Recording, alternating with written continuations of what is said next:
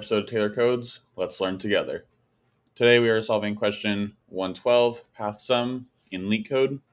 So essentially for this question, we need to find a path in a binary tree that ends on a leaf that adds up to target sum. In example number 1, our target sum is 22, and 5, 4, 11, and 2 end on a leaf and add up to 22, so that one's true. In example 2, we see that none of these paths add up to the target sum of 5, so we will return false.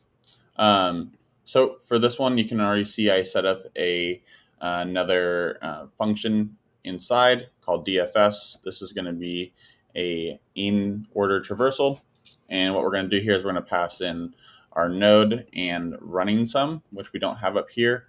And then we're going to say, hey, if the node is empty, so if there is no binary tree, essentially, we're just going to return false, because even if the target sum is 0, we cannot find that if we have nothing to traverse through. So we're going to say if not node, return. And then from here, we can just go ahead and say running sum plus equals node.val. And next we're going to say, hey, are we at a leaf? So by doing that, we're going to say if not node dot left and not node dot right.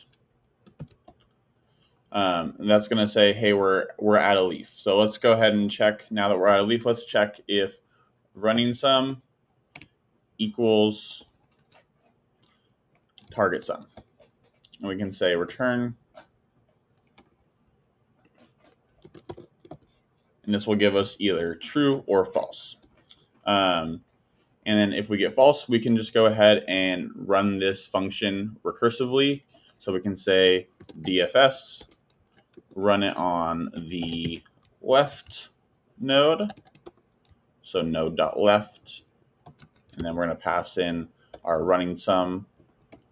And we're going to do the same thing. We're going to say DFS node.right. And then we're also going to pass in our running sum here. Cool thing with this, though, is we can actually just say, hey, return either of these functions with our OR statement if either of these functions return true. So if either of these comes up true, we're going to return either of these. And then to get this to actually populate, we're going to say return DFS, and then we're going to pass in the root. And then for our running sum, we can make this equal to 0 to start with. And then I think that's the right spacing, so let's go ahead and run this. Yep, perfect. So let's see if this runs for all of them. Whoops. Let's get that out of the way. All right. It does, and we get a relatively good runtime. This is going to be a hard one to get a low runtime in general, just because we do need to check every single path until we find one instance that it returns true, essentially. So it is one that's harder to have a good runtime on, but we got a decent one on it. Let me know in the comments, guys, if you liked my solution. Do you have a better one? How can I optimize it? I appreciate all the comments I've been getting, all the support I've been getting. If you learned anything in this video, go ahead and leave a like. Go ahead and subscribe.